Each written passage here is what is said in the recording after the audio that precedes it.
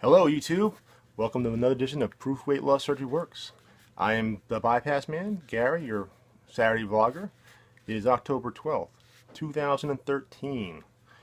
This week's question is, taking care of your weight loss surgery tool. How do you take care of your weight loss surgery tool? And what do you do daily or regularly to ensure your tool is working for you?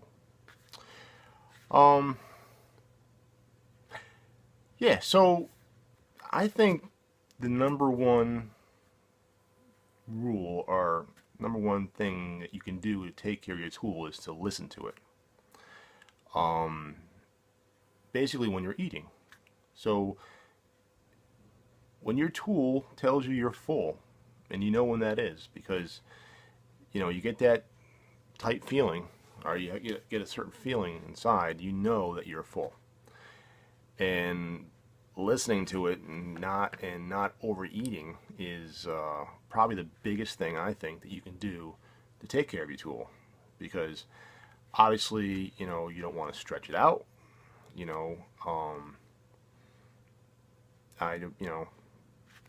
I have to imagine you have to eat a tremendous amount of food to stretch it out. I don't know how people do that. I mean, when I get that feeling, I just stop, because I don't want to feel like crap, really. I mean, everyone knows that feeling, and why would you want to do that over and over again to a point where you could damage your tool and ruin all that you've gone through? And I mean, you've made a big decision and underwent a huge surgery. I mean, yeah, different surgeries are different. I mean,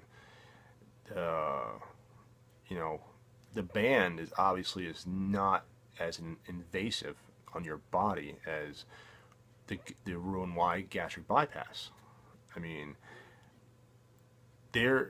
statistics, 1 out of 100 people die on the table getting the Roux-en-Y gastric bypass. It's a very serious surgery. I mean, you're cutting intestines and rerouting them, and it's very dangerous. So it's like you should be in your mind like terrified to eat too much and not follow the rules. The first year, I mean, I was pretty much strict to the book. I mean, toward the end of the first year, I started, doing other stuff, like, bringing in drinking.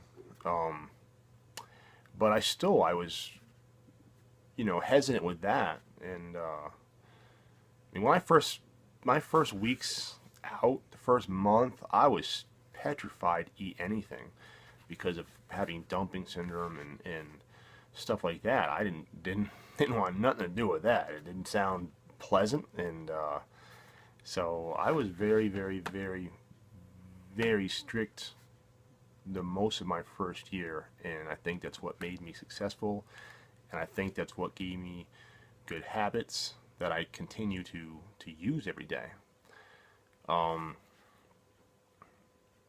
That's, like I said, that's about, in my opinion, the number one thing to do is listen to it.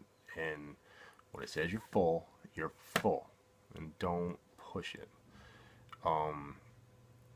You'll fall down, you'll push it, and you'll get over full, and you'll feel like crap for a while. And how many times are you going to do that before you say, hey, still not, stop doing it? Yeah, so that's really my basic answer for that first question. And the second question, what do you do daily or regularly to ensure your tool is working for you? I'm going to go back to old school basics as far as the rules. I mean, you know your rules, and the first thing you want to do is it's not really a rule, but discover what you can tolerate and handle, what kind of food you can tolerate and handle. For example, for me, I mean, pretty much most meats I'm fine with. The only thing I'm really have a hard time with is pork, and I've gotten pork stuck a few times. So I don't know if I'll ever eat pork again, because if that's the number one thing that can be stuck, I'm going to stay away from it. I have no problem with chicken, beef, lamb, fish, everything other than that, other than pork, I have not gotten stuck. So for me, pork is, you know, I'm staying away from it. I mean, unless it's heavily coated with some kind of liquid. I don't know. And once you, and like another thing that I can't do, I mean, I love, you know, I like ice cream, but I can only eat a certain amount. If I eat more than a quarter cup, quarter to half cup, I mean, you know, I feel like crap. And so I can have a little bit. I don't have dumping syndrome. I can eat a candy bar. It doesn't, you know, and any amount of sugar as to date has not affected me. So anyway, the rules, like I said, to sustain a successful and prosperous journey with your tool and to keep it on track, I mean,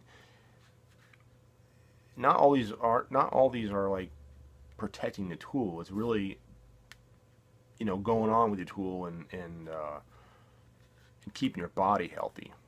Because I mean, in my mind, there's only so much you can do to keep your tool working, and that's really, you know, eating the right things.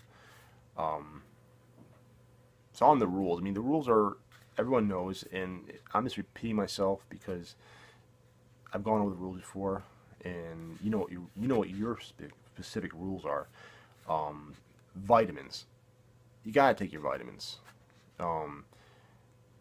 Use me as an example. My iron is down. I mean, well, you know what? My iron has got nothing to do with my vitamins because I was taking my vitamins habitually every day, and I have every day since surgery. So iron I haven't figured out yet, but we're working on that. But definitely take your vitamins every day. It's so important. We are malabsorbed. We don't get enough vitamins in through regular foods. You have to take your vitamins or you're going to end up, you know, with some kind of deficiency. And you don't want to do that. Water. Drink your water. Get your water in every day. I mean, I know sometimes you don't get it in, and sometimes I don't get it in. I mean, I do drink a lot of water, so I am good with that. Very good with it. Drinking before eating or after eating. I mean, I think in this stage, I don't think it really matters too much. I think the rule about drinking before eating is really specifically in the beginning when your pouch or your, I don't know what you call it with the band, it's so small. So in the beginning, if you drink before you eat, you know, they're basically worried that you're not going to get your food in. And it's so important to get your food in, to get your protein in and all that stuff. So I mean, that's, I think, was the biggest thing in the beginning. So I don't think it's so important now, being 4 years out, to stop drinking a half hour before. It doesn't affect me. But definitely drinking a half hour afterwards, that's probably the most important rule, because, you know, if you drink half hour after you eat or before a half hour, that food is not going to stay in your pouch and, you know, tell your brain that you're full. And that's the whole purpose.